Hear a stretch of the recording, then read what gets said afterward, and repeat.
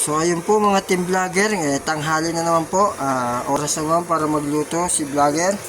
So ang lulutuin po nating araw ngayong tanghaling ito ay ang ito, sapsap po ata to, sapsap na malaki. Mag-comment na lang kayo kung ano tawag dyan sa isda na yan. Meron tayong kamatis, siyempre, yasibu, wangba, saka siyempre ang sinigang original, sampalok mix. Yan. So nagpainit na tayo ng tubig. So, hihintayin natin na lang siyang kumulo para mailagay yung ating mga sangkap. So, hintayin na lang po natin.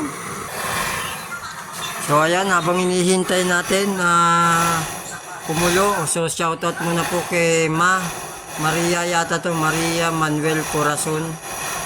Maria Corazon de Manuel. Ayan po, shoutout sa'yo na nanonood ngayon. Ayan, mukhang nagbabadya pa. Ubos na yung ating gas. So buti na lang nagpabili tayo. So, papatayin muna natin siya para maglagay tayo ng gas.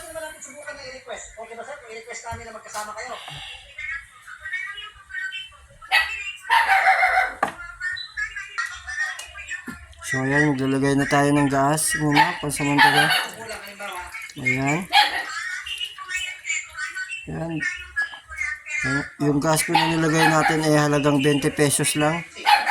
Ganun kakonti na po ang 20 pesos ngayon na gas.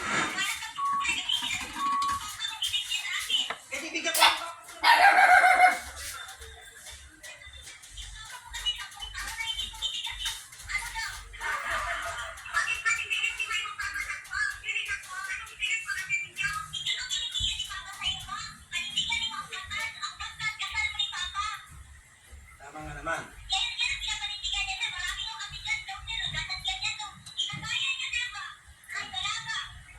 Ilang taon ka na, Ma'am Judith? Kaya ka nakipag-boyfriend, kasi